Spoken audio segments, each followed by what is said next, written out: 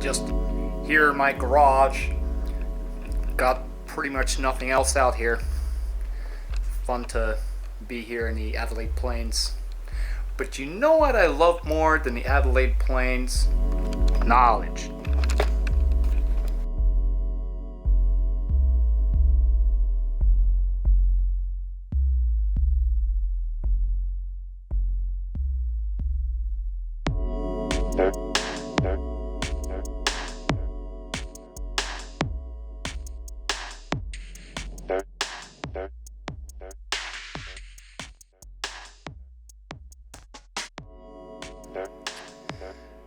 Hey guys, welcome to my first video. My name's E or Eric or probably to a lot of you I'm just, hey, photo guy.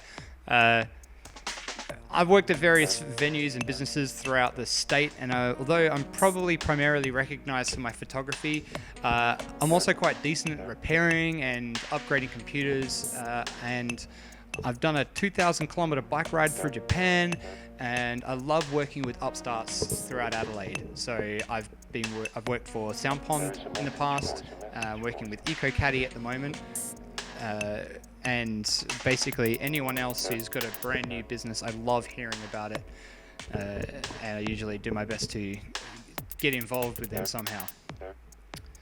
Basically, this video podcast thing is a work in progress, and hopefully it will be for as long as it exists.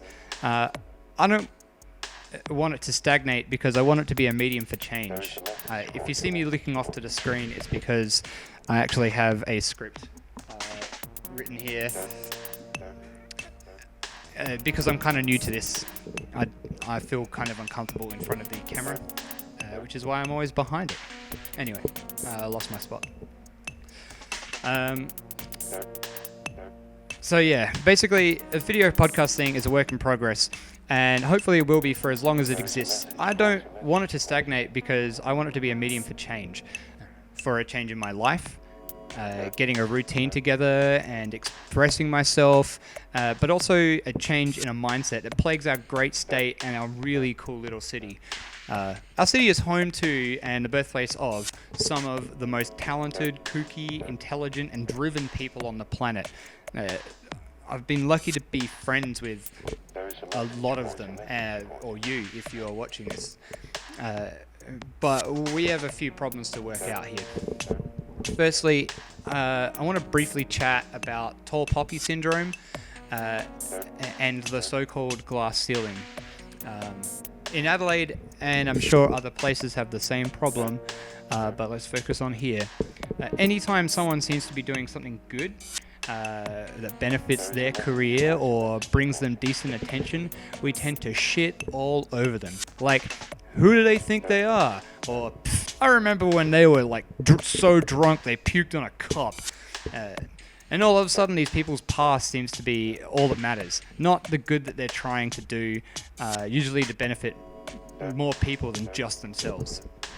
There's also the problem of the glass ceiling, this invisible roof that seems to be there only to keep people down. I know too many people who are at the top of their game in Adelaide, working crappy desk jobs, when elsewhere in the world they'd be making headway in their field in leaps and bounds. Here's an example.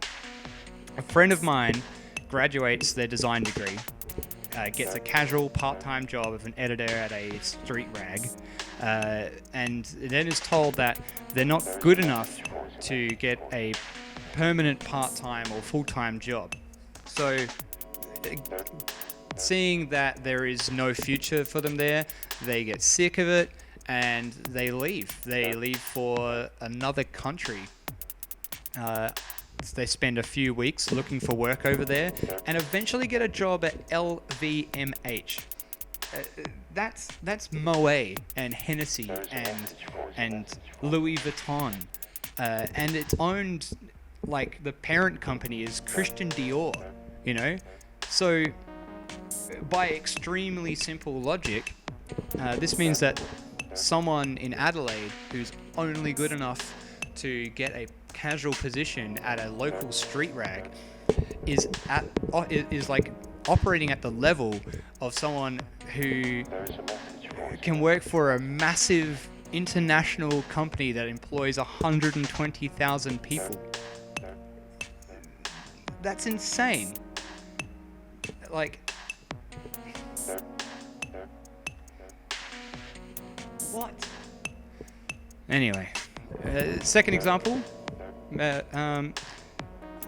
Here's a quick one. Our state logo, the door to South Australia, which basically looks like a map of Australia without South Australia in it. It cost the state $1.3 million, and it was designed by Cato Brand Partners. Their head office, although they have other offices around the country, their head office is in Melbourne. And apparently, from what I've gathered, the person who penned the design just happened to come from Adelaide. So that means that we paid a Melbourne company $1.3 million to have our state logo designed by someone who was originally from Adelaide. I bet though, if you put a design brief up in the notice board at Adelaide University, you'd more than likely get 100 designs in a couple of days. Just all those students vying for $1.3 million would be pretty funny. Anyway, I mean, people wonder why all of our talented artists, entrepreneurs and scientists leave here. It's because apparently there's so few spots for jobs here that some of the world's most talented employees have to fight for casual and fairly average positions. I mean, how many lawyers do you know in the rest of the world who have graduated and they've done their placement only to get a full-time job or even a part-time job at Subway? Anyway, I mean, I like to say that one of the reasons Melbourne is so great is because so many people from Adelaide are there, which I can say is only half true or half right. It's also because Victoria is nurturing the arts and businesses that do more than manufacturing wing mirrors and door panels. But enough of that. Let's turn our attention to something a little more immediate.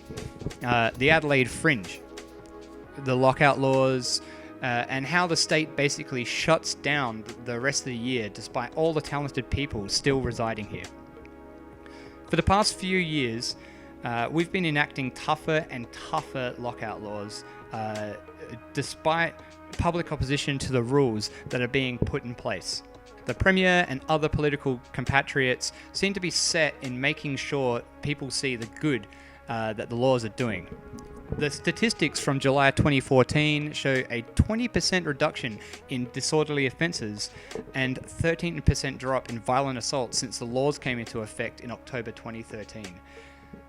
Now, this doesn't take into account the drop in foot traffic on Hindley Street or the increased police presence which spiked as soon as the laws came into effect in October 2013. The problem that we have there is that they enforce two policies, the increase of the police and the lockout, at the same time, and then attributed the data of the violence dropping only to the lockout. Not letting people into venues doesn't stop them fighting on the street, I'm sorry to say. And in fact, by 3 a.m, I can guarantee that those people are already drunk. Going back to mentioning the dip in foot traffic.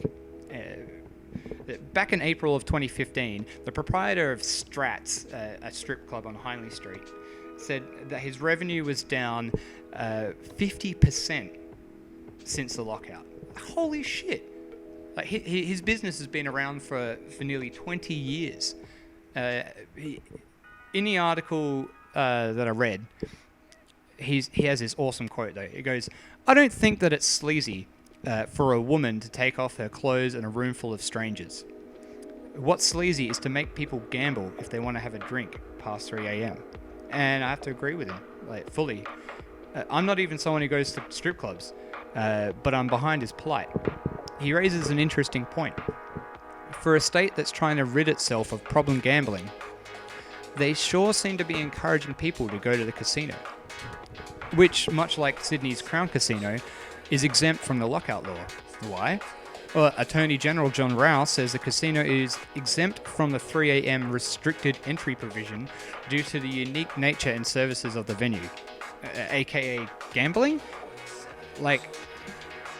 So while legitimate businesses that organize entertainment in the form of poetry, music, performances of all kinds are being punished, along with the patrons who want to move freely between those businesses, the casino is encouraged to promote people gambling if they would like a drink. Recently, I was interviewed for an upcoming documentary called Decks in the City, which covers, amongst other things, the lockout laws and their effect on Adelaide's nightlife and the patrons of the clubs that provide those entertainment.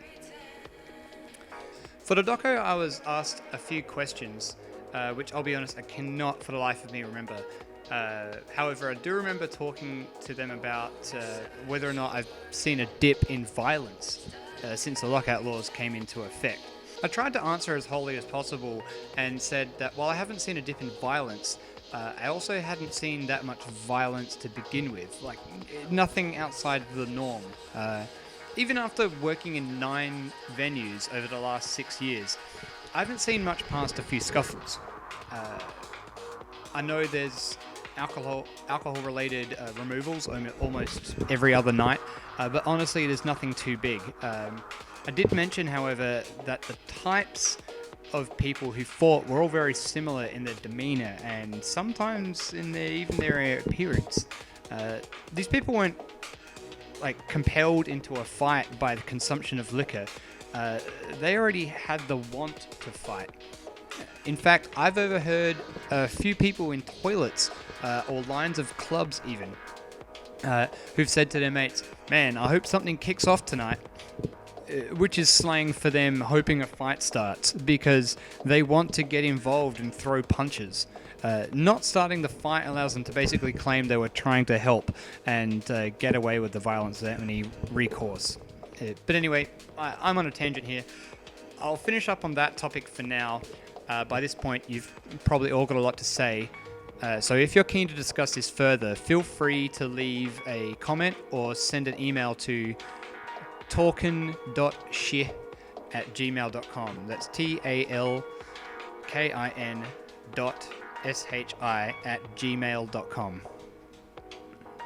Moving on. Let's have a quick talk about the Fringe. Now, for the past few years, the Fringe hasn't felt very fringy. It's my opinion, I guess. The graphics have all become safe and corporate. I mean, the last time I remember the Fringe having a cool poster, etc., was when they did the spacesuits. That was awesome. By far one of my favorites. Recently, though, it's basically become just the Adelaide Comedy Festival and piss up. I've got no problem with this. It's just that it's no longer the Fringe. In fact, the Fringe started way back when because the Adelaide Festival of the Arts was stale and boring. But ever since the Adelaide Festival of the Arts came out with Boho and subsequent installations, it would seem that AFA is now the Fringe Arts Festival. And the Fringe is now just some fenced-off areas and bars. I mean, people are complaining that the weird shows are too expensive. And the weird shows are complaining that no one wants to come see them. And the Fringe Club / Artists Bar, which used to be the exclusive destination reserved for artists, is now open to nearly anyone, it would seem.